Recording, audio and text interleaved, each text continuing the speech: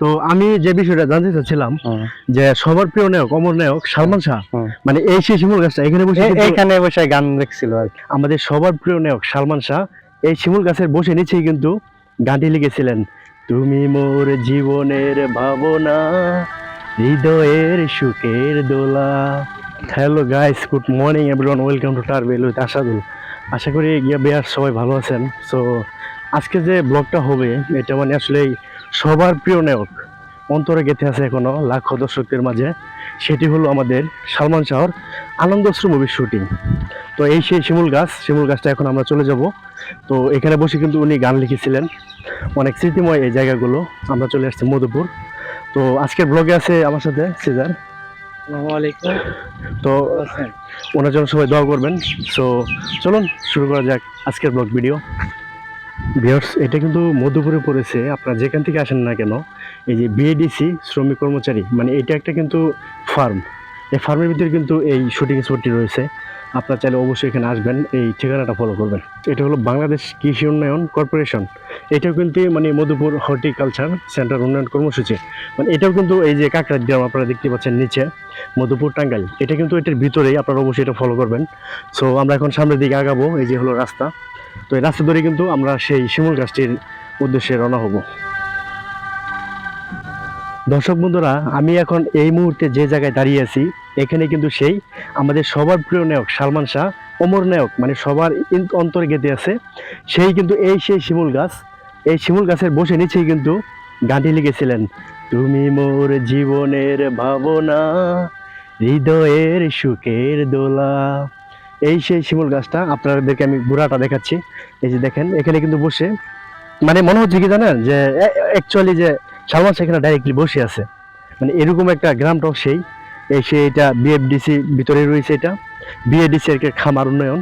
So আমি দেখেন এখানে সেম এই জায়গাটায় কিন্তু বসে সে গানগুলো লিখেছিলেন, তুমি মোর জীবনের ভাবনা। আপনারা স্ক্রিনে দেখবেন অবশ্যই। এখানে কিন্তু একটা মানে বই ছিল, হাতে কলম ছিল, গানগুলো এখানে লিখছেন। তো আরও আমি আপনাদেরকে মাঝে এটার ইনফরমেশন কিভাবে আসবেন সব কিছু আমি বলে দেবো। আর আপনারা গাছটাকে ঘুরে ঘুরে দেখান, খুব সুন্দর একটি মানে গাছ, মানে এখনো অন্তরে গেঁথে আছে সেই স্মৃতিময় জায়গা, শাবনুরের সেই সালমান শাহর এই শুটিং স্পটটা, সেই শিমুল গাছ।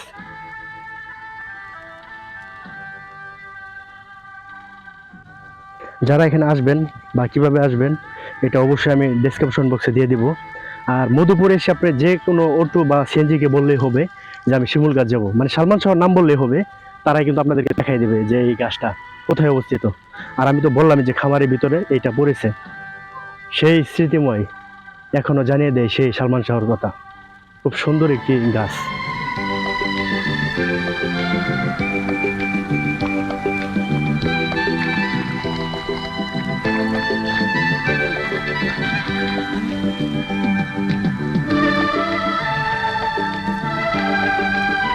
আর দর্শক বন্ধুরা, এই সেই শিমুল গাছ, এটার পিছনে কিন্তু একটা নদী রয়েছে ছোটখাটো, আপনারা আসলে অবশ্যই দেখবেন। আর এটা কিন্তু প্রাকৃতিক পরিবেশ, এটা একটা গ্রামের ভিতরে পড়েছে, খামারের ভিতরে।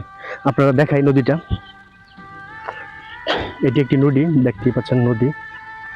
আর আনন্দশ্রু মুভির কিন্তু পরিচালক ছিলেন আপনার শিবলি সাদিক। 1 আগস্ট 1997 সালে এই মুভিটি রিলিজ পায়, সেই জনপ্রিয়তা বাড়ে সেই মুভি আনন্দশ্রু। আচ্ছা দর্শক বন্ধুরা, এই সেই ধারাবাহিকতায় এই সেই শিমুল গাছ।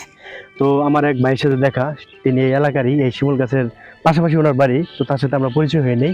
সালাম আলাইকুম ভাই। ওয়ালাইকুম সালাম। আচ্ছা, আপনার নামটা জানতে পারি ভাই? আমার নামটা হায়দার আলী। আচ্ছা, আমার বাড়ি এই জায়গায়। আচ্ছা আচ্ছা, ধন্যবাদ। বর্তমানে বিএডিসিতে কাজ করি। আচ্ছা, থ্যাংক ইউ। তো আমি যে বিষয়টা জানতে চাচ্ছিলাম যে সবার প্রিয় নায়ক অমর নায়ক সালমান শাহ মানে এই সেই শিমুল গাছটা এখানে বসে গান লিখছিল আর কি। মানে গানটা তুমি মোর জীবনের তুমি মোর জীবনের ভাবনা। আপনি কি সেদিন শুটিংটা দেখতে আসছিলেন? হ্যাঁ, আমি তখন আমার বয়স তখন 12 বছর। আমি তখন সারাক্ষণ এইখানেই থাকতাম। তখন মানে দর্শনার্থী কেমন হয়েছিল? অনেক, সারাদিন মনে করো লোক থাকতো এখানে। ও মাই গড, অনেক, মানে কি বলবো আর, মানে একটা ভাষা নাই আর কি। এরকম এত লোক ছিল, মানে জায়গা দিতে পারে নাই। না, জায়গা দিতে পারে নাই। তো দর্শক বন্ধুরা, আপনাদেরকে আমি আবারও ঘুরে ঘুরে দেখাচ্ছি।